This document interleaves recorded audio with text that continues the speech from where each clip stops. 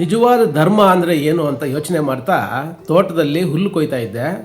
ಒಂದು ಪಕ್ಷಿ ಬಹಳಷ್ಟು ಆತಂಕದಿಂದ ಆ ಕಡೆಯಿಂದ ಈ ಕಡೆಗೆ, ಈ ಕಡೆಯಿಂದ ಆ ಕಡೆಗೆ ನನ್ನ ಸುತ್ತಲೂ ಓಡಾಡ್ತಾ ಇತ್ತು. ತುಂಬ ಆತಂಕ ಪಡ್ತಾ ಇತ್ತು. ಸಣ್ಣ ಪಕ್ಷಿ ಯಾಕೆ ಇಷ್ಟೊಂದು ಆತಂಕ ಪಡ್ತಾ ಇದೆ ಅಂತ ಯೋಚನೆ ಮಾಡ್ತಾನೆ ಇಷ್ಟಕ್ಕೂ ನಿಜವಾದ ಧರ್ಮ ಅಂದರೆ ಏನು ಅಂತ ಚಿಂತಿಸ್ತಾ ಹುಲ್ಲು ಕೊಯ್ತಾ ಇರಬೇಕಾದ್ರೆ ಸಡನ್ನಾಗಿ ಆ ಹುಲ್ಲಿನ ಮಧ್ಯೆ ಅದರ ಒಂದು ಗೂಡು ಕಾಣಿಸ್ತು. ಸಣ್ಣ ಗೂಡು. ಆ ಗೂಡಿನ ಒಳಗೆ ಸುಂದರವಾಗಿರುವಂತಹ 4 ಮೊಟ್ಟೆಗಳು ಕಾಣಿಸ್ತು.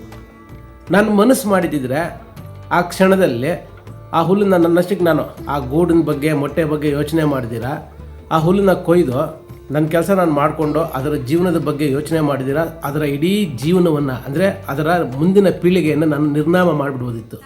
ಆದರೆ ನನ್ನ ಮನಸ್ಸು ಅದಕ್ಕೆ ಒಪ್ಪಲಿಲ್ಲ.